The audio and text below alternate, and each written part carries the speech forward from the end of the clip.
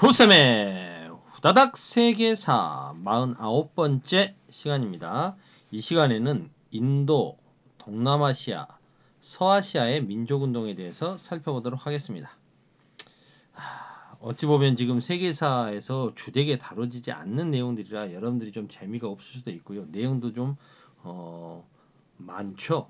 시간은 짧은데 내용이 많아서 여러분들이 좀 따라가기 힘든 부분일 수도 있을 겁니다. 하지만 잘 쫓아가 보시고요. 신항로 개척 이후에 인도에 진출하려고 하는 영국 같은 경우에는 동인도 회사를 내세워서 인도에 진출을 합니다. 뭐 영국뿐만 아니라 프랑스도 그랬죠. 그런데 이제 그 영국과 프랑스는 그 벵골 지역에 대한 지배권을 놓고 서로 싸우게 됩니다. 플라시 전투라는 것을 하게 되는 거죠.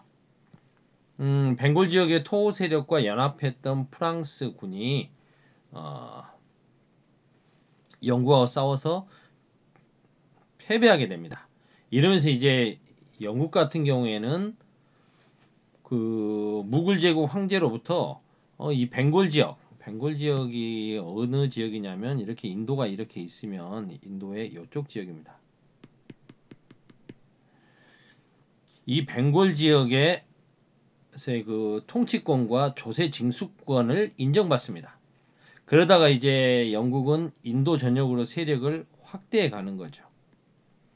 19세기 중엽에는 인도의 거의 모든 지역을 차지하게 됩니다. 그러면서 인도라고 하는 나라는 종교가 다양하잖아요.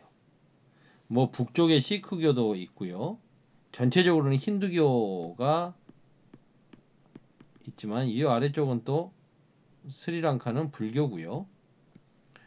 그리고 이 이슬람교도 있죠. 다양한 종교들이 있지 않습니까? 복잡한 민족 구성과 이슬람교, 힌두교 간의 종교 갈등, 이걸 교묘하게 이용해서 종교적인 갈등을 이용해서 지배를 하는 거죠. 세금을 무겁게 부과하고 인도인들에게 면화 재배를 강요하고 대신에 자신들은 이제 거기서 그 면화를 수입해 가서 값싼 면직물을 만들어서 대량으로 인도에 다시 수출하는 거죠. 인도의 수공업은 몰락하게 됩니다. 이러한 영국의 침략에 맞서 가지고 인도 남부 지역의 마이소르 왕국이라든가 그리고 중부의 마라타 동맹 그리고 북부의 시크교도들이 여기에 대해서 저항하는 반영 전쟁을 펼치기도 하죠. 하지만 모두 실패합니다.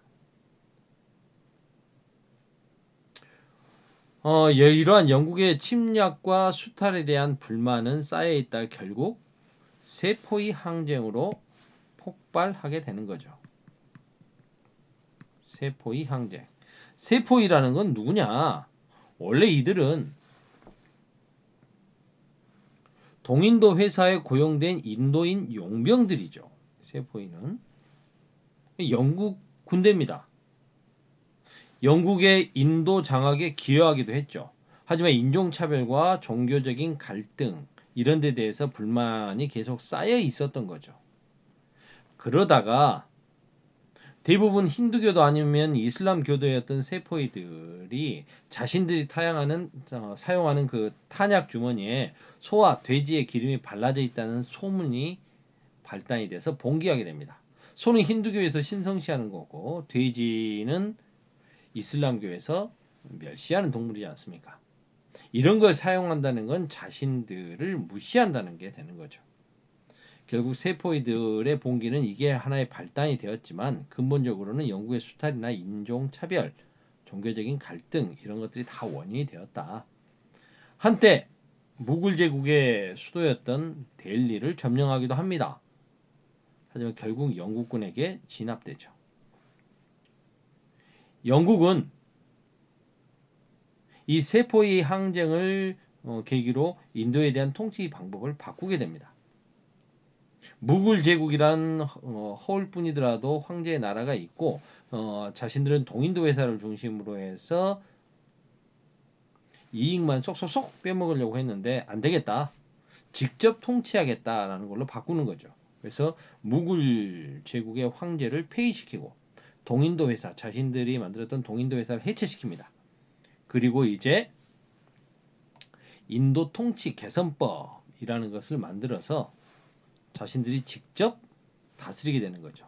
인도 통치 개선법. 영국 왕이 인도를 직접 지배한다. 영연방 인도 제국을 만들고 이 인도 제국의 황제를 영국 왕이 겸하는 겁니다. 영국의 완전한 식민지가 되는 거죠. 1877년. 조선이 1876년 강화도 조약으로 개항을 하게 됐는데 인도에서는 그 이듬해인 1877년 무굴 제국이 해체되고 영연방 인도 제국이 만들어지는 겁니다. 인도 제국이 만들어지는 거죠. 그리고 영국 왕이 이 인도 제국의 황제를 겸한다. 영국의 지배를 받는 과정에서 인도에서는 서양식 근대 교육을 받고 영어를 할 줄 아는 지식인들이 늘어나게 됩니다. 그리고 면직물 공업을 중심으로 자본가들도 성장하게 되는 거죠. 그런데 영국이 인도에 대한 식민 통치를 강화하자 이들이 중심이 돼서 뭔가 알고 돈도 좀 가지고 있는 사람들이 중심이 돼서 사회를 개혁하고 영국의 지배에 맞서서 저항하자라는 민족운동을 주도하게 되는 거죠. 19세기 전반 서양의 근대 사상에 영향을 받은 힌두교 지도자들은 브라흐마 사마지 운동을 전개합니다. 브라흐마 사마지 운동이란 건 뭐냐?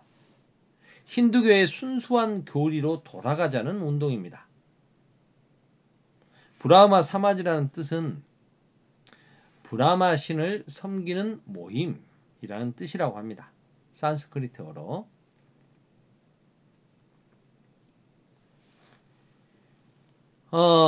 이 운동을 이끌었던 힌두교 지도자는 인도 근대화의 아버지라고 불리우는 람 모한 로이라고 하는 사람입니다.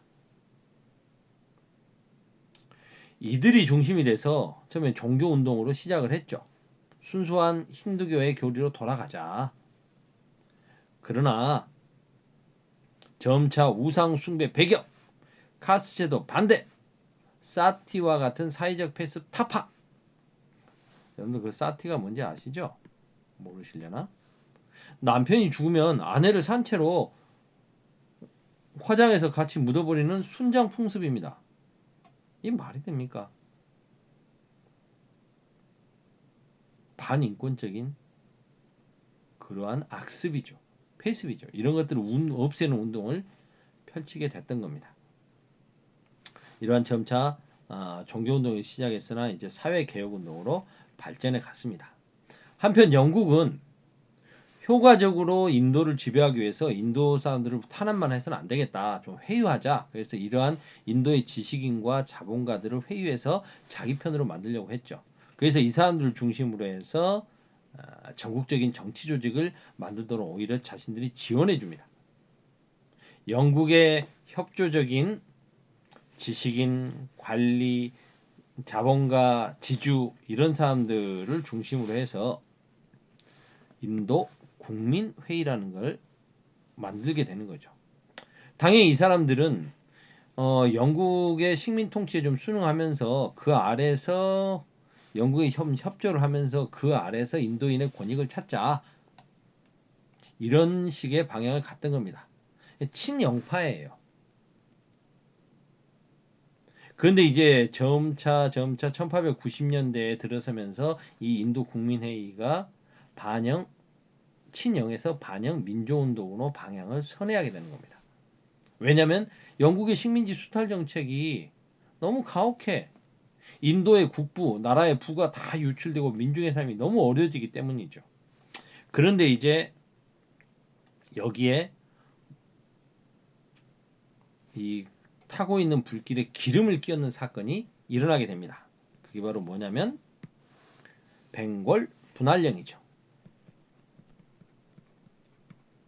벵골을 분할해서 통치하겠다라는 겁니다. 여기가 벵골 지역이라고 그랬죠.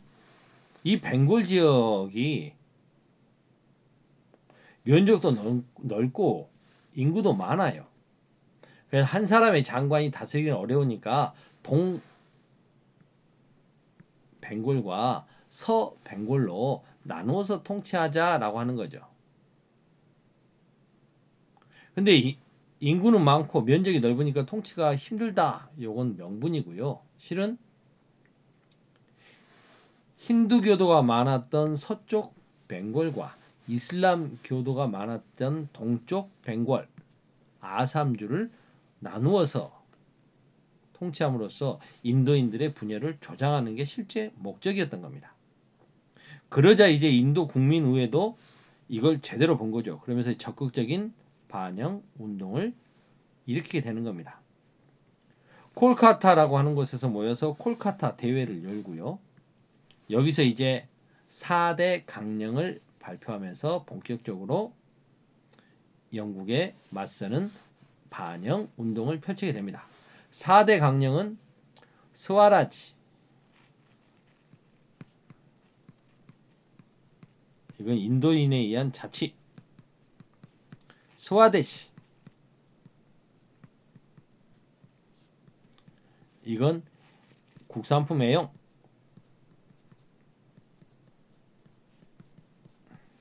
그 다음에 영국 상품 불매,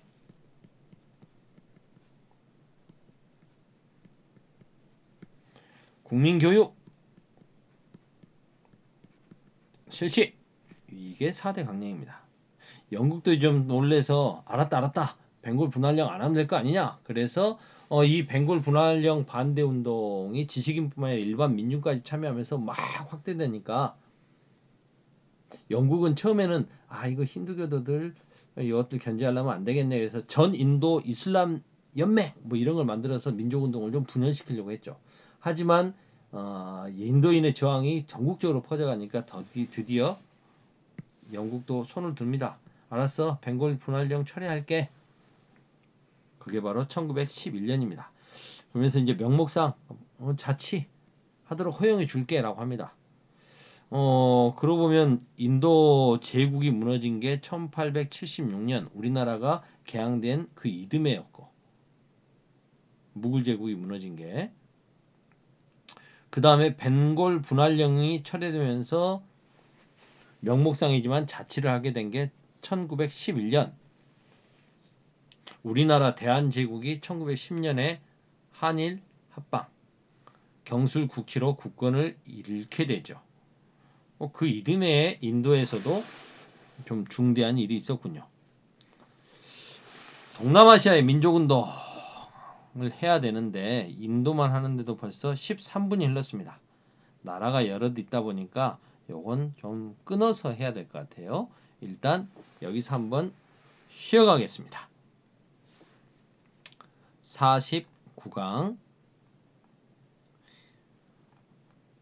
인도의 민족운동